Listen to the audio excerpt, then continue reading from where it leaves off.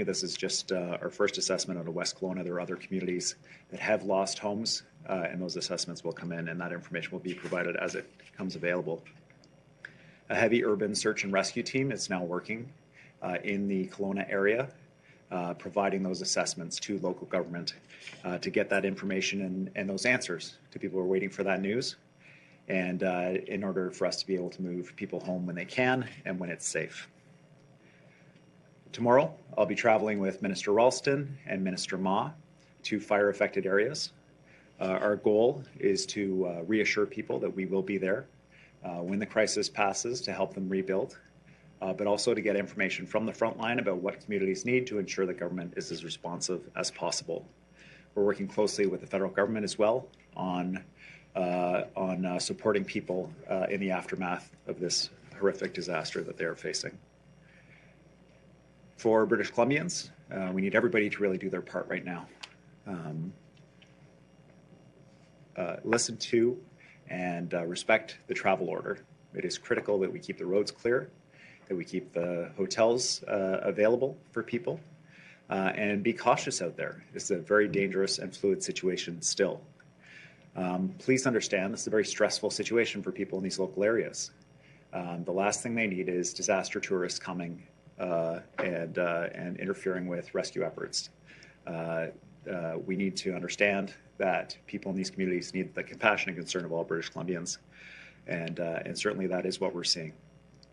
Unfortunately, we are getting reports that some people are tampering with firefighter equipment, moving it to different locations where they think it might be more needed, and we'll put the best possible understanding on this, that people think they're helping. They are not. You're not helping if you're moving firefighter equipment. Firefighters are experts. The equipment is put there for a reason. And when it's not there when the firefighters go to get it, that is a big problem. So please do not tamper with firefighter equipment. We have also had isolated reports of mischief in some areas, including theft. And so there will be increased enforcement by the RCMP in areas where we have seen those reports. In closing, I just want to say that we're very grateful for the hope that's been provided to community members by frontline firefighters who are putting their lives on the line to support community members. It is hard-earned, and there are local government officials and First Nations leadership and members who are on the front line supporting right now, getting information out. Thank you to everybody who is doing that critically important work across the province right now.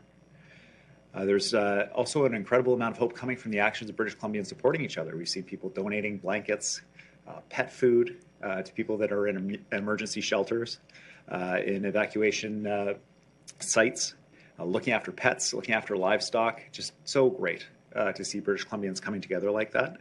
The firefighters in Scotch Creek lost their fire hall, and they are still on the front lines fighting fires right now. It's a shared fight out there right now. We'll get through it together. And I'm very grateful to everybody who's helping to respond in every way that they can. With that, I'll turn things over to Minister Ma for her update. Thank you so much, Premier. Hello, everyone. I'm honored to be speaking to all of you today from the territories of Musqueam, the Squamish, and the Tsleil-Waututh peoples. First and foremost, I want to express my heartfelt condolences to everybody impacted by the ongoing wildfire situation. Those who have learned they have lost their homes and belongings in the wake of the devastating fires that we've experienced over the past weekend, and those who are still waiting for news. The pain, the sorrow, the uncertainty that you must be feeling is immeasurable, and I want you to know that we are with you during this incredibly difficult time.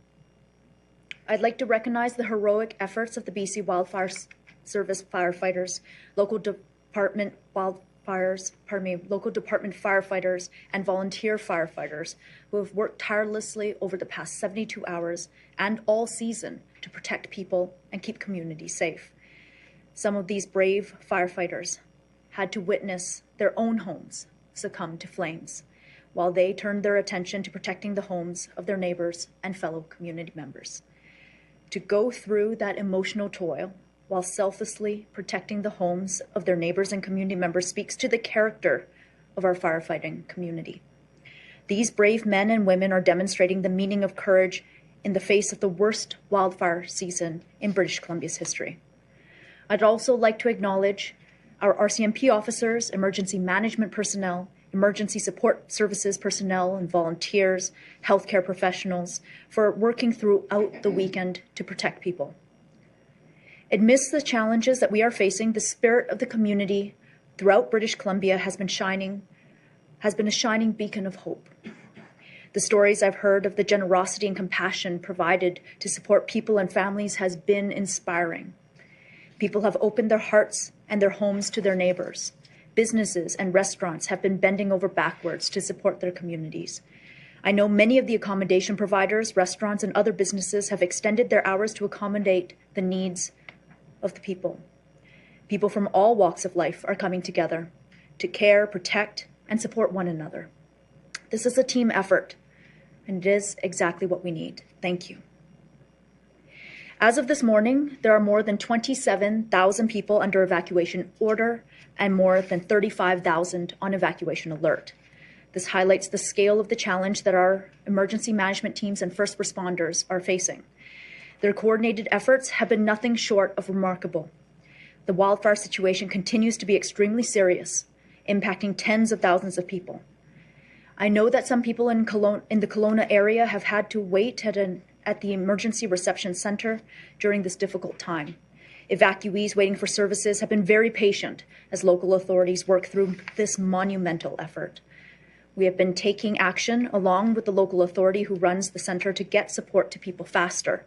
The number of emergency support volunteers on the ground in Kelowna has been doubled since Friday. There are now more local volunteers working as quickly as possible through evacuee applications. And to help speed up this process and ensure that everyone has a place to stay, we are also we have already started to send evacuees from the queue to their accommodations immediately. Some people started getting phone calls and emails yesterday afternoon with these direct accommodation placements, and the local authority expects that process to be complete today. Emergency support services volunteers will then follow up over the next couple of days to formalize the referrals process. Several communities have also stepped up to provide virtual supports in order to help register people, and we're very grateful to them. When possible, I'm asking everyone in the interior, as well as the southeast and across British Columbia, to please pre-register with emergency support services online at ess.gov.bc.ca. I want to thank people for their patience during this difficult time. Everyone will be taken care of. We hope that the darkest days are behind us, but the situation is still evolving and the dangers we face are still extreme. By taking the steps to be prepared, by following evacuation orders and alerts, you are doing everything that you can to protect your community. Please continue to be prepared. Have an emergency plan and a grab-and-go kit ready for you, your family, and your pets. Your First Nation or local authority will provide information on evacuation routes and evacuation reception centers where you can access emergency support services. I know that this is said every time that we are up here, but it bears repeating because I cannot stress it enough. If you are under an evacuation order, you must leave immediately. This isn't a suggestion, it is the law. You may think that you are helping yourself or your neighbors by staying behind or supporting individuals who are staying behind with food or supply runs, but you are not. You're making a highly dangerous situation even more dangerous for everyone involved. I want to thank everybody who has been heeding the evacuation orders and leaving in a safe and orderly manner. But for those who are not, heed this call. Leave. Do not stay behind. On Friday, we declared a provincial state of emergency given the severe and fast-changing circumstances that we are in. This declaration gives the province extraordinary powers to keep people, communities, and first responders safe. And on Saturday, we issued an order to restrict travel to a number of communities in the Okanagan for the purposes of staying at short-term accommodation. We need hotel and motel rooms available for people and families that have been forced to evacuate, and for our frontline responders as well. The affected areas of this order include Kelowna, West Kelowna, Kamloops, Oliver, Osoyoos, Penticton, and Vernon. So let me be clear. Temporary accommodation in the areas I have listed is no longer available for non-essential visits. Thank you again to people for heeding our calls to stay away from fire-impacted communities entirely. Your compassion and your quick action has made a huge difference. We continue to ask everyone not to travel to the Okanagan or the Shuswap for tourism or other non-essential purposes. Parts of the Fraser Canyon are also struggling. With that being said, conditions have improved in the southeastern portion of British Columbia, and I know that communities there are looking forward to welcoming tourists. So we are no longer asking people to stay out of the southeast in its entirety, but there is still a need to recreate responsibly. Study the wildfire maps, check Drive BC before you go, understand that the risk of new wildfires and changing conditions still exist, and pay attention to the needs of the local communities that you are visiting. We all need to give BC Wildfire Service personnel and for emergency responders the space that they need to keep us safe.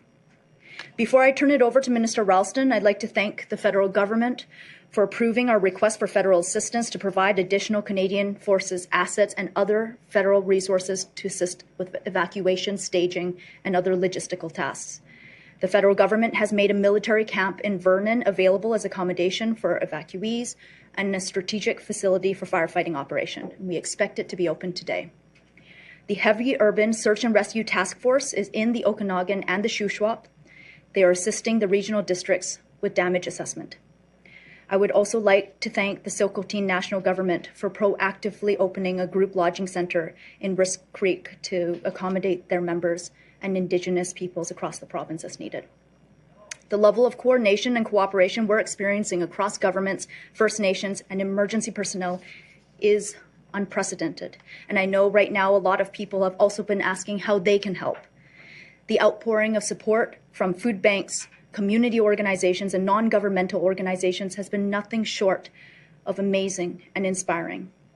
The Canadian Red Cross and United Way, British Columbia, are among several organizations that have joined this effort.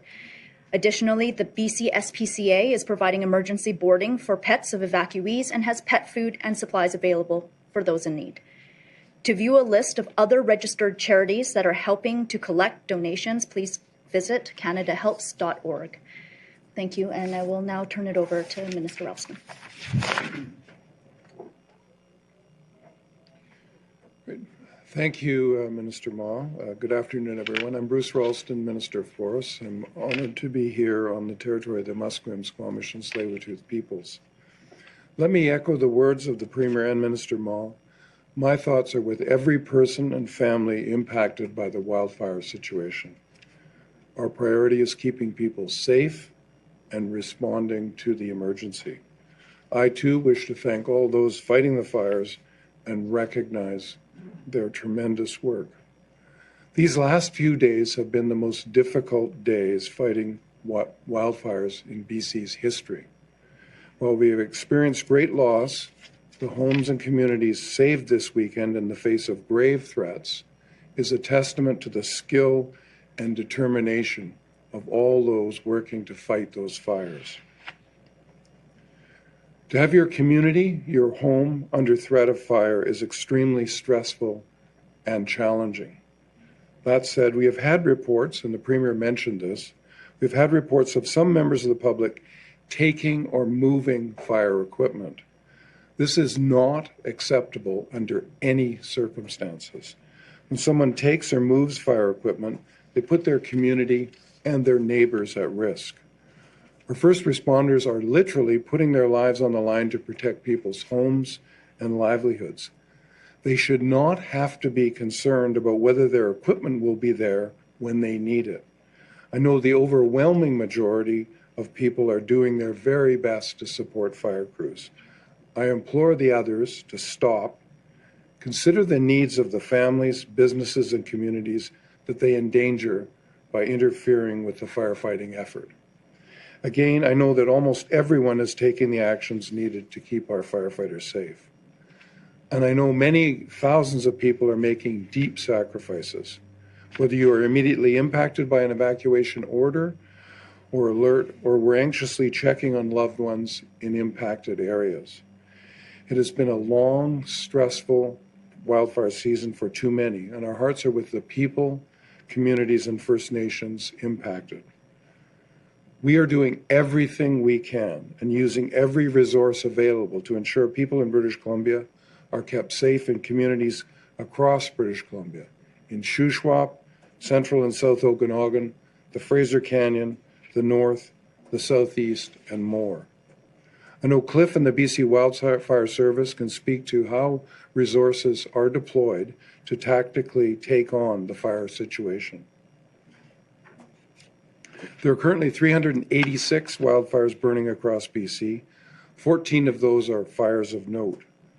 We continue to have approximately 3,500 personnel directly engaged in wildfire response efforts across the province. They are joined by hundreds of members of municipal fire departments assisting with structural protection and defense.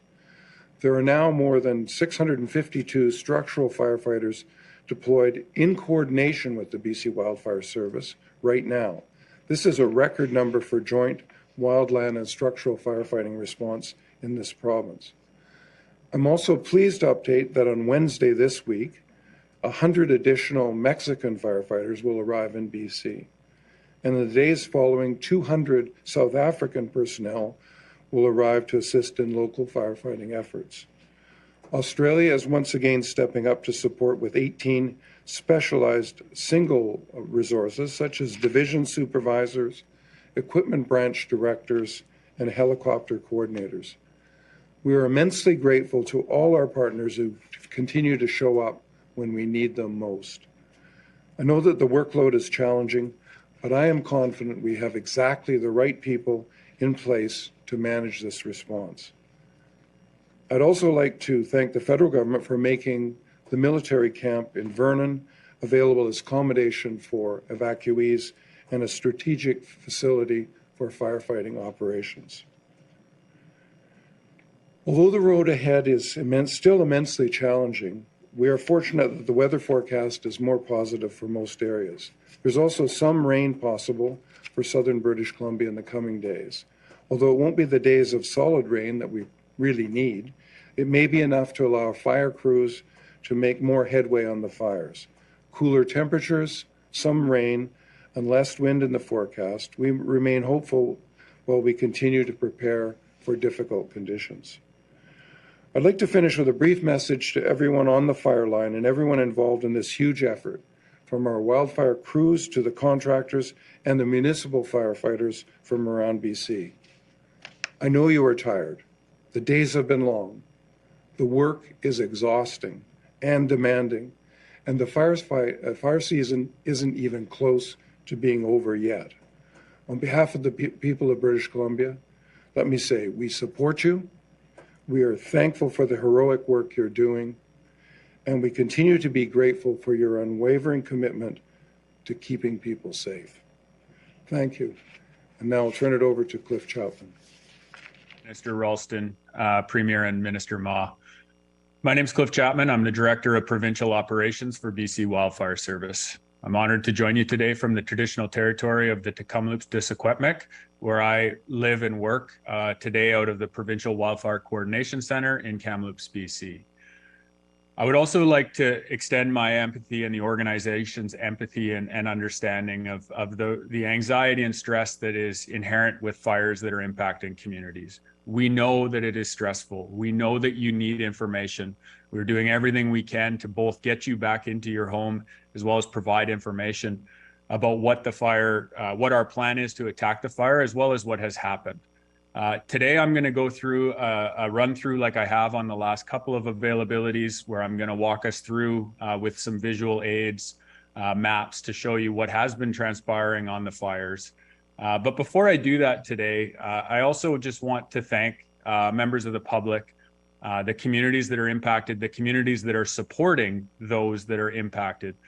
Here at BC Wildfire Service, we are receiving letters, emails, phone calls of appreciation. And I know that's happening locally within our fire camps as well, and even at gas stations when our crews are filling up their trucks. You have no idea how much this means to our organization and the people who are working in it. It is that type of recognition that keeps them going, on their 5th, 6th, and 7th deployments of the year this year, as our fire season started so early and has continued now up until almost the end of August. I encourage everyone to please do that, continue to do that, continue to thank those that you see that are actively engaged in response, actively engaged at your local EOCs. It means the world. I also want to address 2 pieces that have come up in the last couple of days around some challenges and some questions that are out there within the media, but I think more importantly within the public.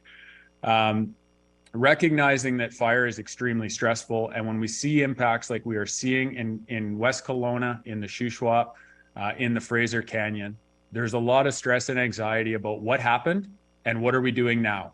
And I appreciate these questions, and rest assured we are doing everything we can to try to provide BC with as much information that we have on, one, what happened, and secondly, what we're doing now. I want to address the first part, or the first question here, which is around prioritizing resources for the McDougall fire, and only the McDougall fire. Let me be very clear. We are not only prioritizing the McDougall fire in West Kelowna and Kelowna. We have multiple priority fires across the province, particularly centered in the southern portion of the province, including but not limited to the Adams Lake Complex, Kookipi Creek wildfire, the Bender Complex, which is in and around Lillooet-Lytton, as well as the fires that is in the Ashnola and a couple in the southeast. For clarity, we have 164 people assigned to the McDougall Creek wildfire in Kelowna and West Kelowna. There are 385 people assigned to the Adams Lake Complex. There's over 130 people assigned to Kookipi Creek, and there's over 180 resources assigned to the Bender Complex in the Fraser Canyon. We evaluate daily ground operations and make decisions on moving resources based on where the most potential and significant impact of the fires will be to life and property. That will continue for the rest of the fire season, and we will see numbers go up and down based on what those potential impacts could be. The resources that Minister Ralston referenced coming into BC will be assigned largely to the fires within the Kamloops Fire Centre and the Fraser Canyon, and we will see those numbers of resources tick up from where they are today.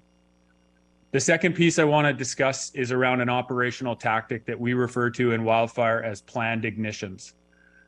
Planned ignitions, for clarity and in fairly simple terms, is where we will build and or utilize an existing control line, something that is unflammable, a power line where we might use heavy equipment to get down to mineral soil, a lake, a highway, or any variation of that. That was what we would call a control line. We build it in front of the head of the fire, the main body of the fire, and then we conduct a planned ignition utilizing weather experts, fire experts, and operational experts based on what weather is currently on site and what weather is coming. The goal of a planned ignition is to work from the control line to the main body of the fire and remove all fuel by burning it.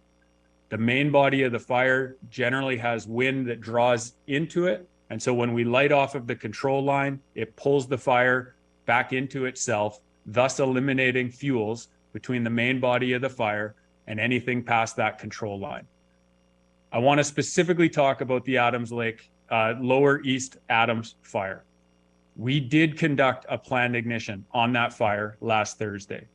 We did it cautiously. We did it knowing that there was a cold front coming. As BC is aware, we discussed the cold front coming on Wednesday and Thursday. We knew the winds were coming. As those winds were approaching, going through the Caribou Fire Centre, there was a continuous line of fuel between the main body of the fire and all of the communities along the North Shuswap. We did our planned ignition under the conditions in which we planned for, and it was largely successful. I want to be perfectly clear, that planned ignition saved hundreds of homes and properties along the North Shuswap. Unfortunately, with the wind that we knew was forecast and that was coming, that fire went above the control line that we burned off from and then swept back into the communities in the North Shuswap. We were still successful in protecting some of those properties along the North Shuswap in the hundreds, Unfortunately, we've also now seen the devastation the main body of that fire had in areas like Scotch Creek, Solista, and others. And our hearts go out to those individuals who have seen the devastating impacts of that fire making its push. Our planned ignition is used quite frequently in BC. It is also used across the globe. When conditions are as dry as they are in a year like this in BC, traditional firefighting tactics like water bombers and ground operations will not be successful. Eliminating the fuel is, in a lot of cases, the best way to try to protect any infrastructure and values ahead of the front of a fire. And when we know that there's 40 to 50 kilometer sustained winds coming, we knew that we had to eliminate that fuel. And again, I would like to stress, it was largely successful and it protected hundreds of properties in the Shuswap area. I also would like to just make one point of clarity that it was not our planned ignition that allowed the two fires in the Adams Lake area to merge. It was actually the cold front winds that pushed the fires together and merging them towards Highway 1, which ultimately led to the closure of Highway 1. So I just want to thank everyone for hearing me out on those two pieces, and now I'll go into a more thorough operational update.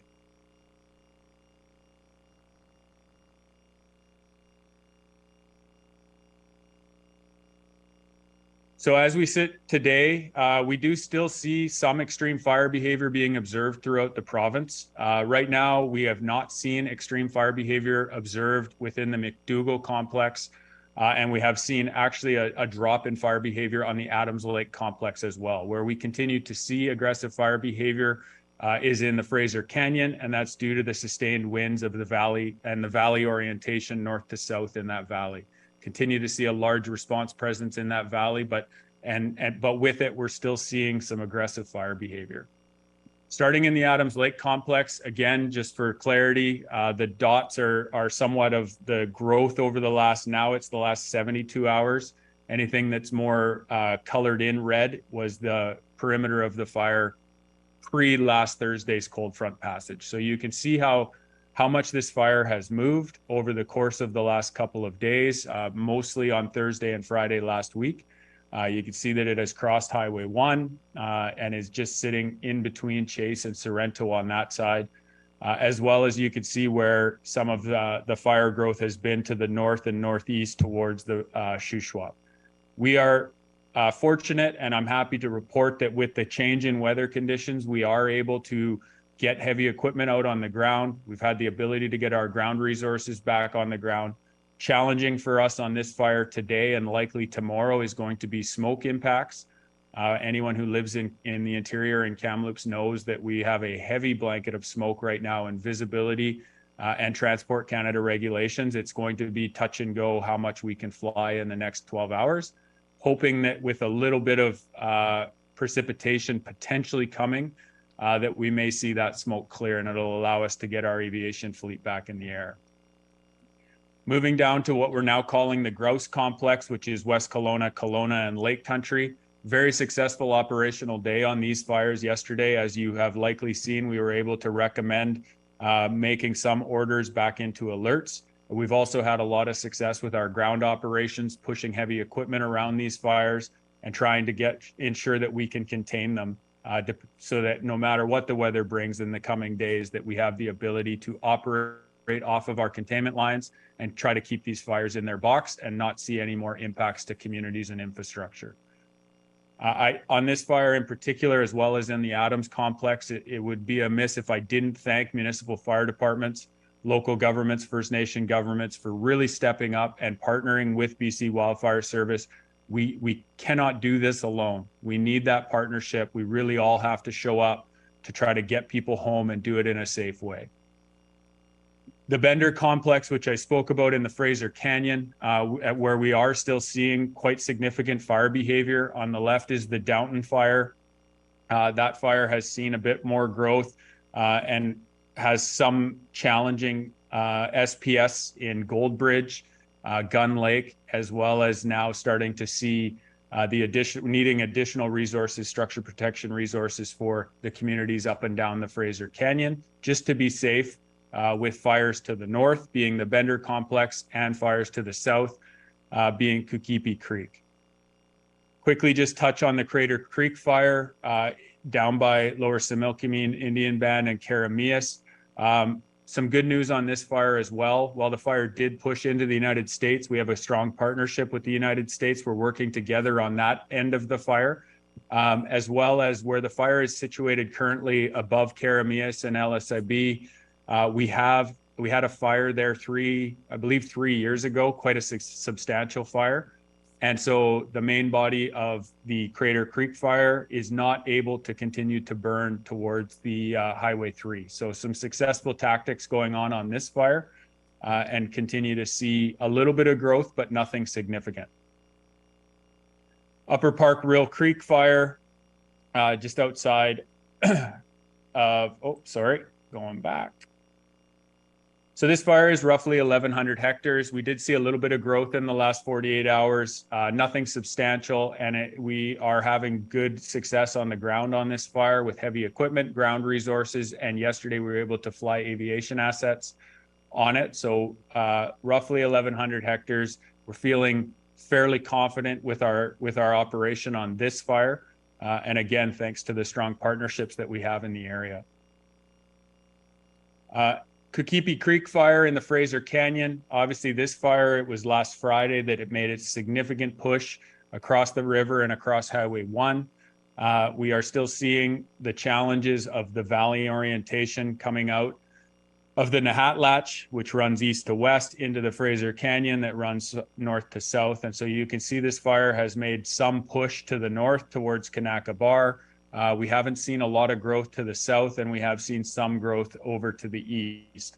We do have some operable ground, although it's very steep in this valley. We do have some operable ground to the north and to the south, a little bit more challenging as it gets into the steep draw canyons across Highway 1.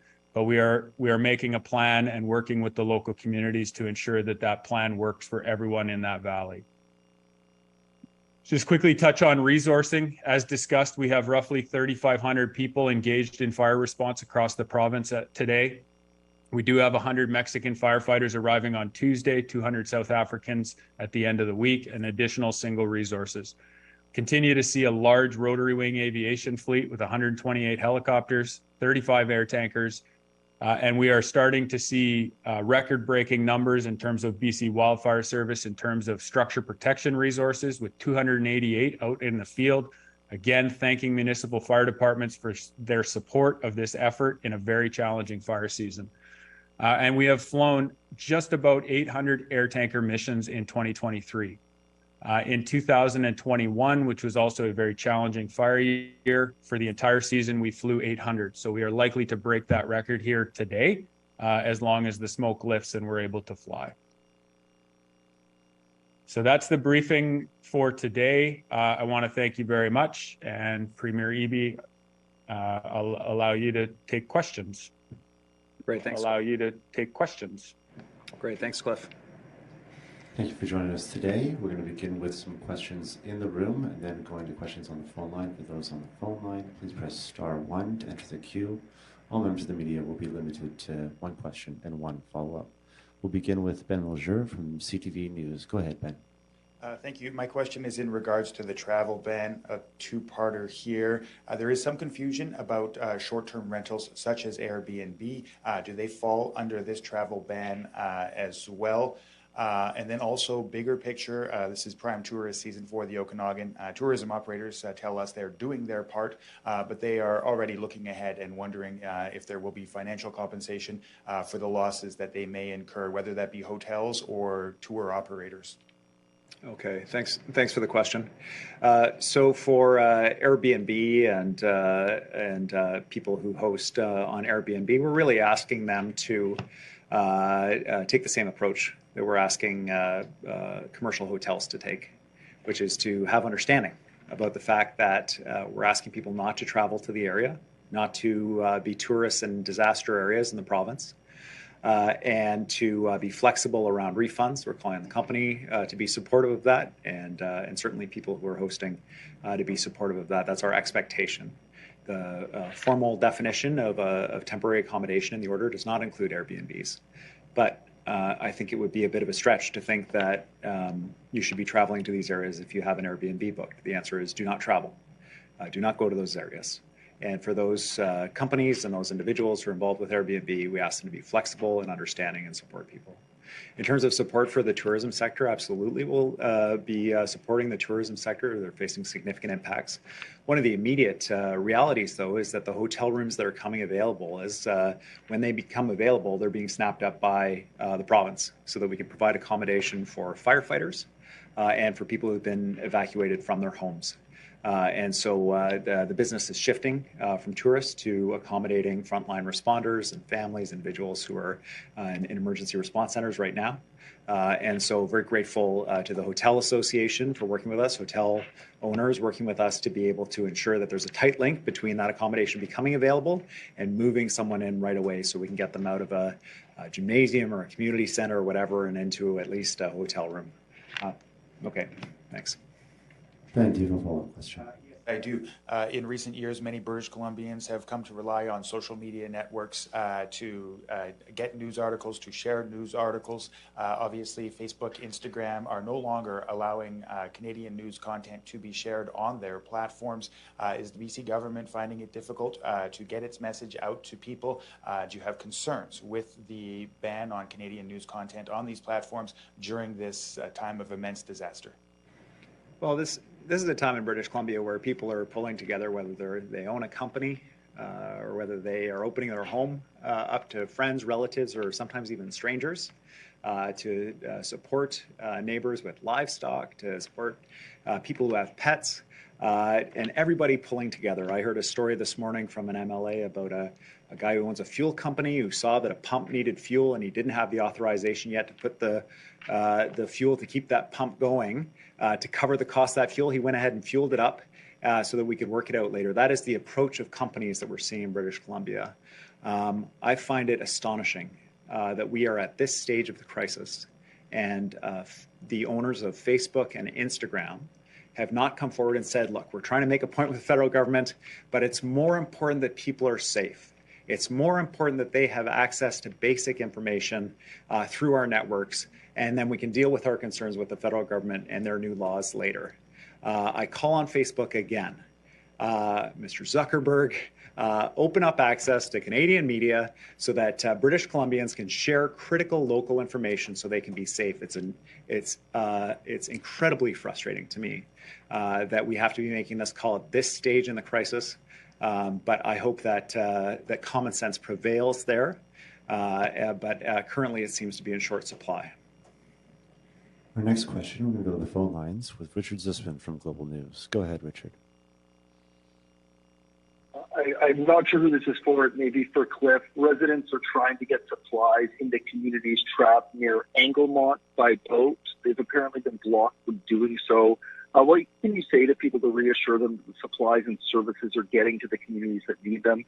And Cliff, to the issue you were speaking to earlier about that controlled burn, how confident are you that no additional homes were lost due to the decision made around that burn?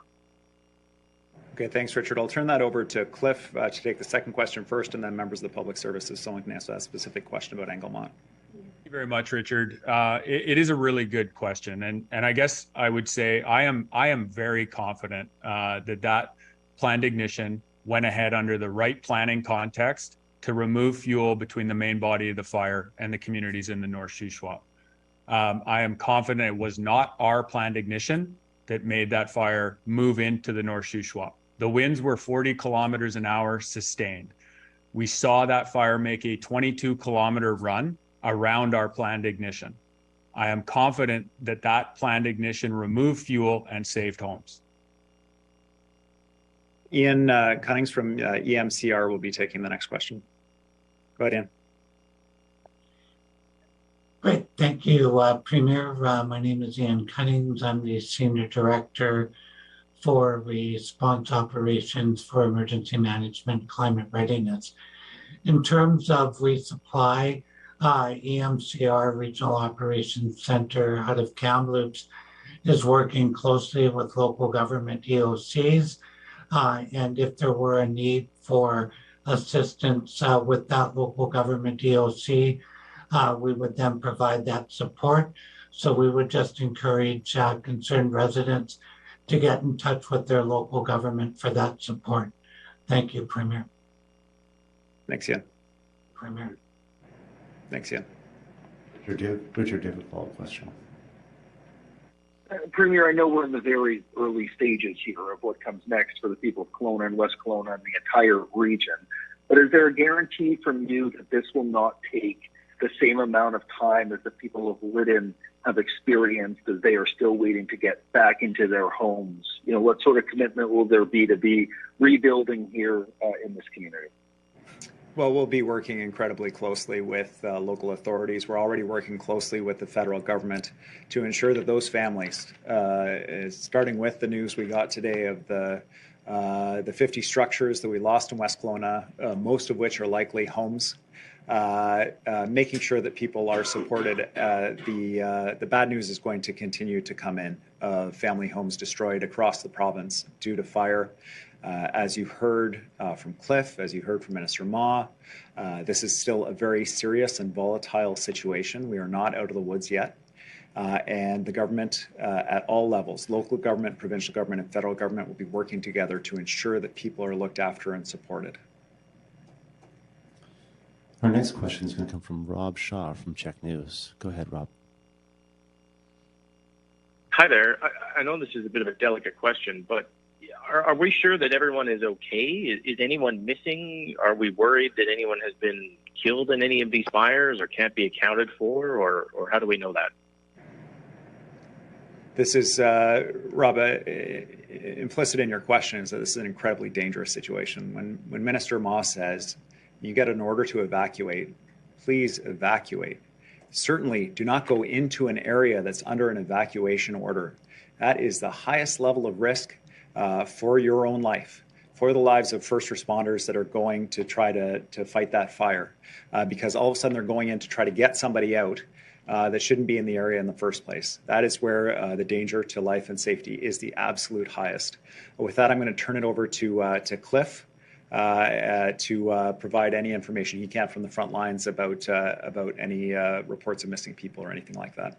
Cliff? Thank you, Premier. And you're right. It is implicit. It was a very scary situation that occurred last Thursday and last Friday with that type of wind sustained through the night into the darkness, evacuation orders going in, obviously. At this point in time, we have not been made aware of any impacts to humans, but that doesn't mean that we may not in the coming days. Obviously, we continue to focus on trying to protect the structures that are standing, focused in on the response to those fires. And Ian, I'm not sure if there's anything to add from EMCR, but there is nothing that's come across BC Wildfire Services organization in terms of your question. That's correct, Cliff. We have same info, nothing to add. No reports of missing persons into EMCR. Thanks, Premier. Tim. Then Rob, do you have a follow-up? Tim. Then Rob, do you have a follow-up question? Sure, thanks. I guess back to Cliff on this. You've talked about thanking the communities that have sent municipal fire crews. And I'm just wondering if you could expand a bit on, you mentioned structural protection. Like what can you do with these crews that you couldn't do without them in terms of firefighting? What does it mean to have them there, and how useful is it in terms of actually protecting homes? Thanks, Cliff. I think this is one for you. Really, there is a distinct difference between municipal fire departments and what BC Wildfire Service's both training, experience, and really mandates are to accomplish within BC. And that's why it is so imperative for us to work in true partnership and unified command as we are on the McDougall fire, and working closely as we are in the Adams fire and fires across the province. When we call in municipal fire departments, they support us in our structure protection, which is the deployment of sprinklers, pumps, mass water delivery systems, quite a complex system to try to reduce the relative humidity in and around the community, as well as directly spray water into the fuels so that the fire has less fuel to burn in an ideal situation. The municipal fire departments can also fight the structure fires. So when we see the impacts like we did in West Kelowna, when we see the impacts like we did in the Shuswap, municipal departments are trained in structure defense, and they are able to actually suppress the homes that might be on fire. I think this is one important piece because the BC Wildfire Service firefighters, while they can support the deployment of sprinklers, they are generally focused on trying to steer the fire away from the community, and using our suppression tactics to keep the fire out of communities. And that's why sometimes when you see within West Kelowna or perhaps around the Shuswap, you may not see the BC Wildfire Service reds and blues. You might see municipal departments because that is their area of expertise. Our staff are in the forest trying to steer that fire, put in containment lines, use heavy equipment. So it really does have to be a partnership, and there is a difference between what the two types of crews can do. Obviously most effective when we work together, and that's what we're doing right now.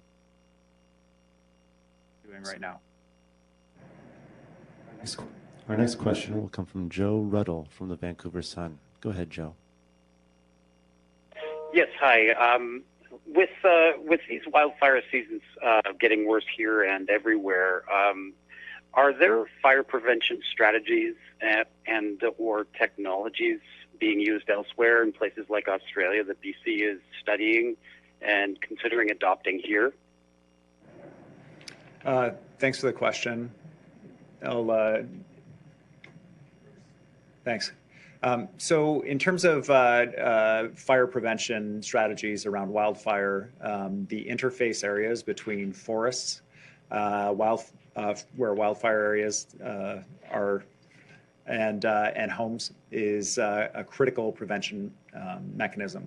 We put additional resources into expanding the areas where trees are removed and interface areas with communities. It's also had the added benefit of providing wood to mills in British Columbia, given the impact that forest fires and pine beetle have had on our forest industry. It's one of the initiatives we put in place to both support the forest industry, but also to prevent forest fires from spreading into urban areas. There are also building code provisions that can be taken to reduce the risk of wildfires spreading in urban areas, including sprinklers and the materials that are used in the construction of buildings. There was a lot of discussion about that in the discussion about what would be allowed and not in the reconstruction of the city of Lytton, for example. And the public service that's responsible for the BC Building Code and the National Building Code, I'm sure, will be taking note of these impacts as they did following the fire in Lytton to determine whether or not our building code needs to be amended in certain areas of the province. Joe, do you have a follow-up question? Yes, this one might be for Cliff. Is there still a concern that the remnants of Hurricane Hilary could create strong winds and exacerbate some of these fires? I would say the remnants of that hurricane, it's a bit of a double-edged sword for BC. So on one hand, there is actually a chance of precipitation coming into the southern portion of the province, effective really starting late this afternoon. An even better chance tomorrow as the remnants of the hurricane really kind of finishes off its run into BC. So that's positive news. And we're talking about not enough to end the season, unfortunately, but probably 5 to 10 millimeters of rain within the southeast portion of the province, and somewhere between 1 and 5 mils across the Kamloops Fire Center, which is obviously where we have our Adams Complex, Bender Complex, and McDougall Creek Fire. So there is good news in terms of precipitation.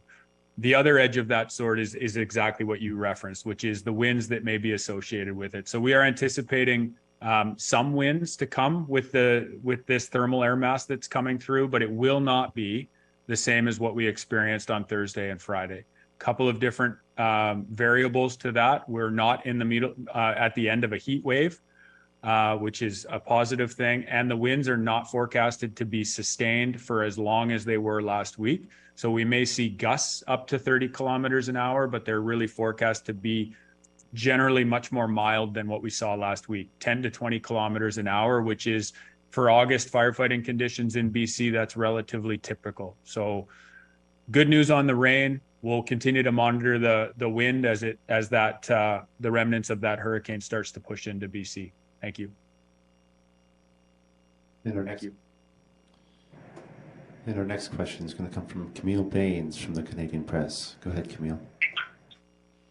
Hi there. I don't know if Minister Dix is there right now for a question I have on patients from the Northwest Territories, but it is. I think Minister Ma can take that, and her staff from MCR may be able to assist. Thank you. Okay, thank you. Could you tell me how many patients from the Northwest Territories are currently in BC and whether more are expected? Yes, so first off, I want to emphasize that our hearts are certainly with the people of the Northwest Territories.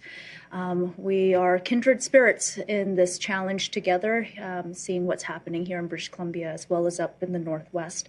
So we have safely received over 19 hospital patients and 16 care home residents from Northwest Territories. They've been transferred to Vancouver Coastal Health, Fraser Health, and Providence, and we are continuing to support as we can, but also, of course, very mindful of the emergency that we are facing here in British Columbia as well. And Camille, do you have a follow-up question? Are any patients from elsewhere in BC expected to be moved to other regions? Yes, there is actually a significant evacuation of long-term care home patients, seniors from the Kelowna, Shuswap areas. Let us follow up with you. We'll connect with our colleagues over Ministry of Health to follow up with you on details on that. And our next question is going to come from Lisa Yuzda from City News. Go ahead, Lisa. Hi there, just wondering, and I know, as you said earlier or at the beginning, it's very early days, but for the rebuilding aspect of it, or I guess just putting people's lives back together after it, for people who don't have insurance coverage, whether they're a tenant or an owner, just have a mortgage, are there supports for them, or are there going to be people who are just going to be out of luck? So the loss of a home is absolutely devastating, and I want to emphasize how challenging this is for the people who are at risk of losing their homes yet and who have already received confirmation that their homes have been lost. I know that there are a lot of people and families hurting out there right now. In the past, federal disaster financial assistance programs have not covered losses that are insurable. So that's like fire. But right now, local authorities are assessing what is happening on the ground. We are working closely with them to get a real full sense of the extent of the damage. Unfortunately, we are not yet through the wildfire season. There are still several weeks to come. I will say that for those who have lost homes and structures, wildfire home insurance is widely available in every community across the province. I really encourage homeowners to connect with their insurance providers or to reach out to the Insurance Bureau of Canada. I have a phone number here that I can offer. It's 1-844-227-5422. But as we begin to move into recovery, as the Premier said, we will continue to work very closely with local governments, First Nations, regional districts to understand the extent of the damage and how we can best support people through this. And Lisa, do you have a follow-up question? And just when you're talking about people coming to visit or holiday, is it Soyuz? Like, is that south of us and that's okay? Or are you still wanting people to stay over like Castlegar, Nelson area? So in the southeast, actually, I'm going to get Cliff to maybe comment on where the line he might recommend is here. But I will say Osoyoos is part of our emergency order restricting travel for the purposes of accommodation. I know that places like Osoyoos, like Vernon, like Penticton, they are not under active threat of major fire, but they are significant host communities for evacuees from those regions that are experiencing threats from fire. So the emergency order absolutely restricts people from traveling into places like Osoyoos, like Vernon, like Penticton, I'll say that again for clarity. Our emergency order restricts all travelers who are traveling for non-essential purpose from going into Osoyoos, Penticton, Vernon, Kelowna, West Kelowna, Oliver, make sure I have that list, for the purposes of staying in overnight accommodation. Cliff, did you want to comment on Castlegar area and further east from that? So obviously it's August in BC. August in BC is typically when we have one of our worst 2 fire months, and this year is no exception to that, very obviously. However, the conditions in the southeast have been relatively stable. We do have fires in the southeast, and I encourage everybody who may be visiting and or traveling through the southeast portion of the province, using Revelstoke sort of as that western boundary and pushing all the way to the Alberta border. Just encourage everybody to download our app, make sure you're paying attention to the weather, know if there's lightning forecast, know if there's wind forecast, and know where the fires are. So that if you are recreating or you're traveling through that area, one, that we can rely on you to call in potentially new fires, given that there might be smoke impacts in that area for the next number of days, but also for your own safety and the safety of your family. So really asking everyone in BC to be prepared as an individual, whether that's at home or for travel, because it is still August. We are still going to see temperatures getting into the 30-degree range and maybe slightly higher than that. And there is still potential really across the province to have significant fire behavior. It is not the same as what we experienced last Thursday and Friday, and I just want to stress that. And so, yes, you can go to the southeast. And again, I will say, kind of using Revelstoke as the western boundary to the Alberta border, we do not have the same impacts on the landscape from fire that we do within the Kamloops Fire Center and the restricted areas. And just for clarity, I'll give that list. Again of the cities that are specifically named in the order. So again, we've got two pieces of communication here. One is a travel communication. Don't go into the Okanagan. Don't go into the Shuswap for tourism or for fun. And then by law, travelers will not be able to travel to stay in temporary accommodations in Kelowna, West Kelowna, Kamloops, Oliver, Osoyoos, Penticton, and Vernon. So hopefully that provides greater clarity there. Thank you. And we have time for one more question. It's going to come from Graham Wood from Glacier Media in the room. Go ahead, Graham. Hi, Bowinn. Can you explain the importance of communications in an event like this, and then underscore from that how important social media is in your job?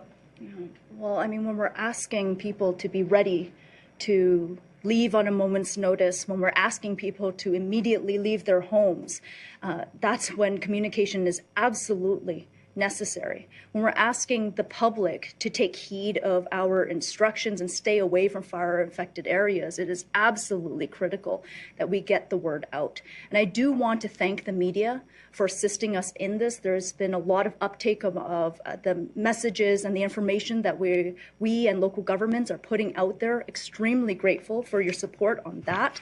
And we do use a variety of different kinds of communications. So, of course, we have broadcast intrusive alerts that push immediate information into people's phones through radio waves and on cable TV. Individual communities also have web-based apps that will provide alerts that are separate from the central BI broadcast intrusive alerting system. We, of course, do use social media. We use websites. We also, in worst case scenario, when we are doing tactical evacuations, we will send people door to door. I think that it's important from an information perspective to meet people where they're at, and a lot of people are at online, on social media. And so it is an important tool. At the same time, it is not the only tool that we rely on. Do you have a follow-up question?